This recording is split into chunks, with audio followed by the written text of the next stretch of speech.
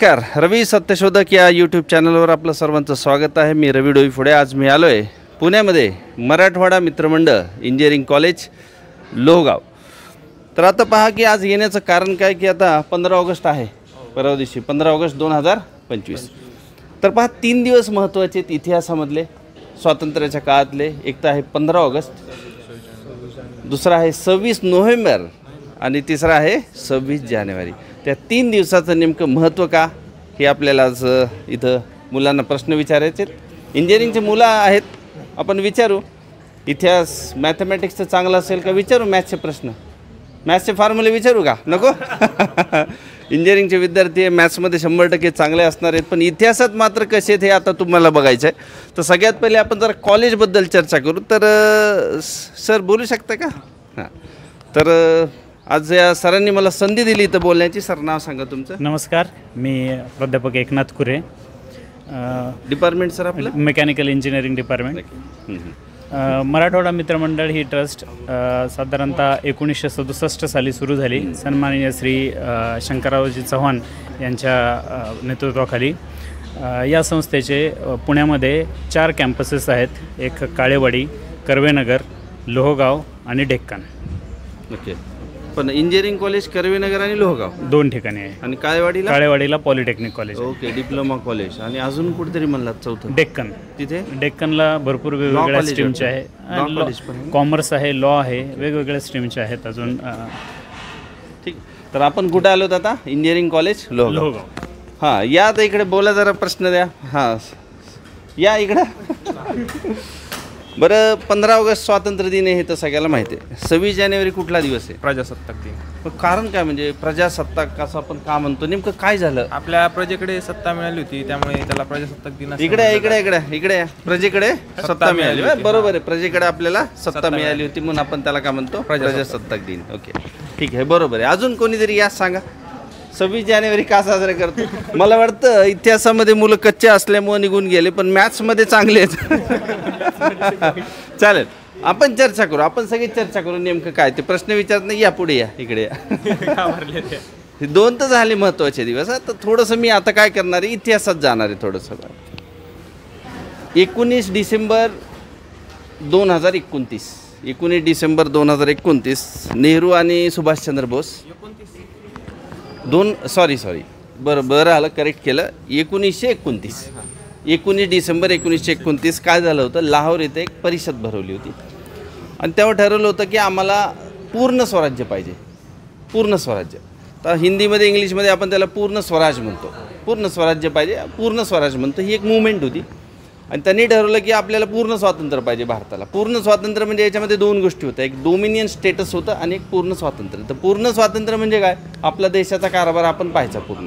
Okay, आणि dominion म्हणजे काय? तिथं पण आपणच कारभार पाहायचा, पण आपल्यावर कोणतरी इंग्लंडचा राजा राणी असणार, जसं आता ती इंग्लंडची राणी असते. ठीक आहे, मग ते स्वातंत्र्य द्यायला तयार होते, परंतु ते काय म्हणत होते की डोमिनियन स्टेटस म्हणत होते. या इकडे या. ते काय म्हणत होते आपल्याला? Dominion status. आता हे फार अवघड गोष्टी आहेत बरं का इतिहासामधल्या. Dominion status. मग नेहरू आणि सुभाषचंद्र बोस हे म्हणले की आम्हाला डोमिनियन स्टेटस नाही पाहिजे, पूर्ण स्वराज्य पाहिजे. म्हणून त्यांनी काय लाहोर इथे परिषद घेतली आणि 31 डिसेंबर 1929ला, 31 डिसेंबर म्हणजे वर्षातला लास्ट दिवस, हां, त्या दिवशी त्यांनी काय केलं की एक रावी नदीच्या काठावर तिरंगा फडकावला त्यांनी. आणि असं ठरवलं की इथून पुढे ह्यांनी स्वातंत्र्य देऊ की न देऊ, आपण जानेवारी महिन्यातला 4था रविवार स्वातंत्र्य दिन म्हणून साजरा करायचा. 4था रविवार. आणि मग तो 4था रविवार म्हणजे 26 जानेवारी होता.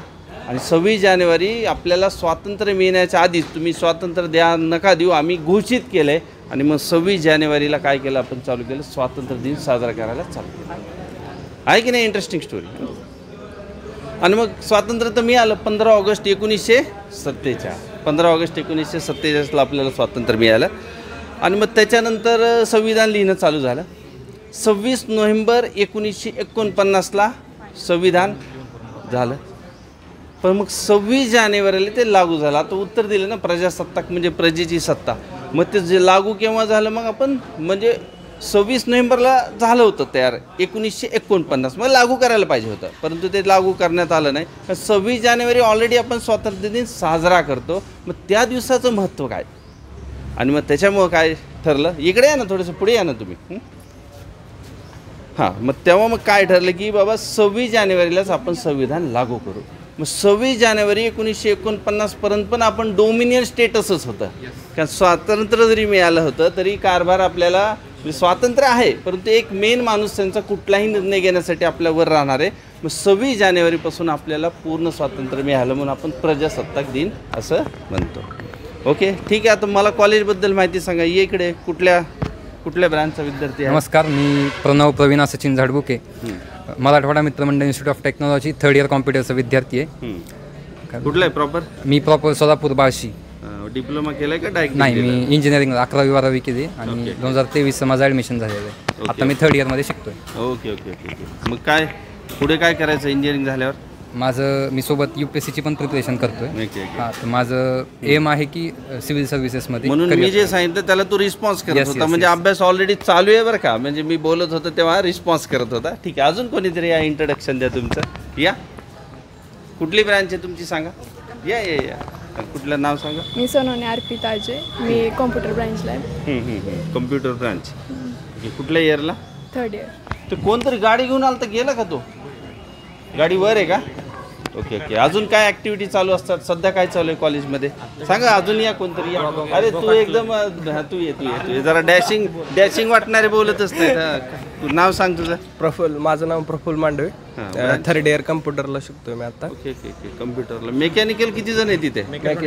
हे नवीन ब्रांचला आहेत सर, मेकॅट्रॉनिक्स. आता मेकॅट्रॉनिक्स जरा सांग बरं आम्हाला, काय काय सिलेबस असतो? बघा, मेकॅट्रॉनिक्स नवीन ब्रांच आहे, बऱ्याच जणांना माहीत नाही नेमकं काय असतं. मेकॅट्रॉनिक्स ही कॉम्बिनेशन ब्रँच आहे, इलेक्ट्रिकल आणि मेकॅनिकलसाठी. बघा, इलेक्ट्रिकल आणि मेकॅनिकल कॉम्बिनेशन ब्रांच आहे. म्हणजे तुम्ही दोन्ही ब्रांचचा अभ्यास करता का? त्यामध्ये कॉम्प्युटर पण येते. औरंगाबादला डिप्लोमासाठी चालू झाली ती. औरंगाबादला डिप्लोमासाठी. Okay okay. First time. पण त्यानंतर आता पुण्यात फर्स्ट टाइम आपल्या MIT कॉलेजमध्ये चालू आहे. ह्याच्या अंडर आता मी मेकॅट्रॉनिक्स स्टुडंट असल्यामुळे आमच्याकडे गोकाट क्लब, ATV क्लब आम्ही चालवतो. म्हणजे काय होतं त्याच्यात काम? ते रेसिंग कार, आपल्या कार बनवतो आम्ही. हो, कारचं पूर्ण नॉलेज, कारचं बनवतोय आम्ही. आता आमचं ऑल इंडिया रँक नंबर 1 आहे EVT गोकाटच्या. जबरदस्त. आणि आता ह्याचा आता ATVCचा इव्हेंट झाला ह्याचा कुठली आपली ती उज्जैनला, तिथं बी आम्ही मध्य प्रदेश, उज्जैन. हो, तिथं आमचा ड्रायव्हर सगळ्यात म्हणजे फर्स्ट ड्रायव्हर ट्रॉफी भेटली फर्स्टमध्ये. त्याचा ड्रायव्हर रेस होती का कारची? हो.